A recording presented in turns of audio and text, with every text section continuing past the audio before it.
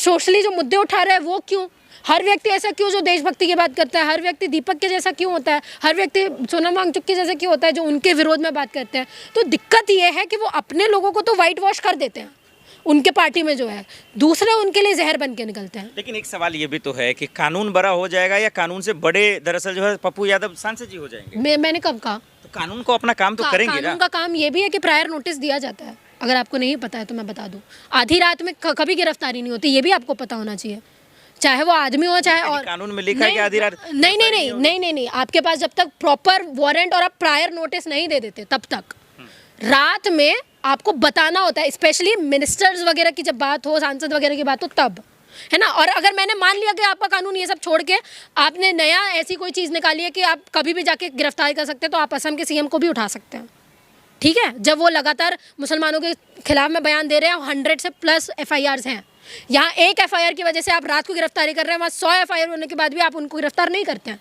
तो ये दोगला चरित्र दिखाता है। आप अंकिता भंडारी के रेपिस्ट लोगों को नहीं उठाते हैं, क्यों नहीं उठाते हैं? क्या वो रेपिस्ट नहीं थे?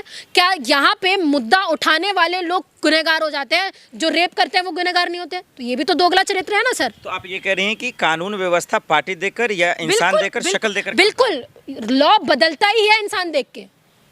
एक तरफ ये लॉ तब सही होता है जब आसाराम को गिरफ्तार किया जाता है, पर एक तरफ यही लॉ खराब है जब उसको इम्प्लीमेंट करने वाले लोग इस लॉ को खराब लोगों के लिए यूज़ करते हैं, जो उनको बचाने के लिए यूज़ किया जाता है। जैसे कुलदीप सिंह सेंगर, वो भी रेपिस्ट है, पर उसको ये पार्टीज बचाती हैं। यूपी से लेके सेंट्रल लेवल की पूरी गवर्नमेंट, उनकी पुलिस, ये बोला जाता है ना कि आईओ मिला हुआ है, रेपिस्ट के साथ में मिला हुआ है, उसको बचाने के लिए पूरी गवर्नमेंट एकजुट हो जाती है।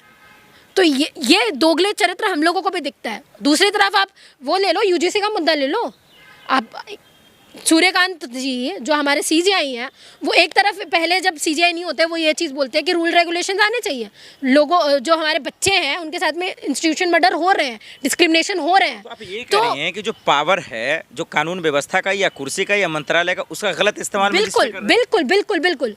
आपको एक चीज़ पता होनी चाहिए, डॉक्टर अम्बेडकर ने ये चीज़ बोली थी कि संविधान चाहे कितना भी अच्छा क्यों ना हो, उसको इम्प्लीमेंट करने वाले लोग अगर सही नहीं होते हैं तो संविधान गलत ही साबित होता है।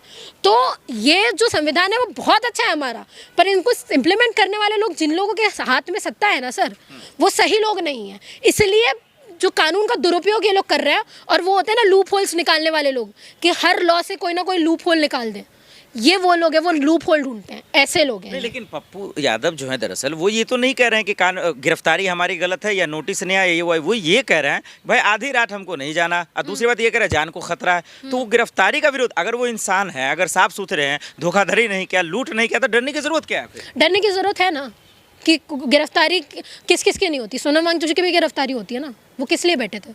वो भी तो न्याय की बात करने के लिए बैठे थे, कि जो वादे बीजेपी ने हम लोगों से किए थे कि आप पावर में आने के बाद में ये सारी चीज़ें करेंगे, पर जब वो वहाँ बैठते हैं, प्रोटेस्ट करते हैं, तो उनको गिरफ्तार कर लिया जाता है। कैसे गिरफ्तारी होती है आपको भी पता है, क्या हो रहा है कुछ टाइम तक तो पता ही नहीं चलता वो है कहाँ। ठीक है, आपको समझ में आ रहा है ना ये सारी चीज़ें। तो ये वो भी तो सांसद है सर, उनके साथ में भी तो कुछ भी हो सकता है, उनकी भी तो हत्या की जा सकती है। यहाँ पे हमारे CM की हत्या हो जाती है एरोप्लेन में जाते हुए, इतना सेफेस्ट प्लेन होने के बावजूद भी। तो ये सरकार नहीं करवा रही, ये सारी भी चीज़ें तो सरकार ही करवा रही है। और मैं तो ये बोल रही हूँ, सरकार के होते हुए अगर ये सारी चीज़ें हो रही हैं तो भी ये सरकार का फेलियर ही है, तो भी ये सरकार का फेलियर ही है। अगर आपको सारी चीज़ें पता होने के बाद भी आप नहीं सोच पा रहे हो, नहीं संभाल पा रहे हो कोई भी चीज़, तो ये आपका फेलियर है। तो आपको नहीं संभालते आ रही है सरकार, तो मत संभालिए। मतलब आप ये कह रही हैं कि पप्पू यादव की गिरफ्तारी सोची समझी साजिश? बिल्कुल। अगर मैं आपको एक और बात बताती हूँ, अगर वो नीट की लड़की की बात नहीं उठा रहे होते तो अभी तक काम चल रहा था पप्पू यादव का, अभी तक कुछ नहीं किया गया था, अभी तक 31 साल पुराना केस नहीं निकाला गया था। अगर वो नहीं बोलते तो बिल्कुल जैसे चीज़ें वैसी रहने दी जाती, ये मैं आपको बता रही हूँ अभी भी। और ये उन लोगों के लिए ये इसलिए भी किया गया है ताकि आगे आने वाले सांसद जब ये सारी चीज़ें करें, कोई भी ऑपोजिशन लोग जो ये सारे मुद्दे उठाएं कल को आने टाइम में, उनको इस चीज़ का डर रहे कि जैसे पप्पू यादव को गिरफ्तार किया जा सकता है, उनको भी किया जा सकता है। तो वो सत्ता का लालच देने की कोशिश करते हैं कि आप बाहर हो तो कम से कम आपको सुख सुविधाएं हैं, आप मिनिस्टर हो, आप सांसद हो, आप बहुत सारे पोजीशंस में हो, पर जैसे ही आप अगर सरकार के खिलाफ में बोलोगे, आप अंदर चले जाओगे, सारी पावर्स आपकी चली जाएंगी। तो ये भी उनको स्वार्थ दिखा के ये सारी चीज़ें बताई जा रही है कि आप भी ग्राउंड रियलिटी मत उठाइए। तो ये डर खौफ पैदा करने की कोशिश की जा रही है। और सवाल ये भी उठता है कि हर बार ऑपोजिशन क्यों? क्या आपके लोग इतने दूध के धुले हैं?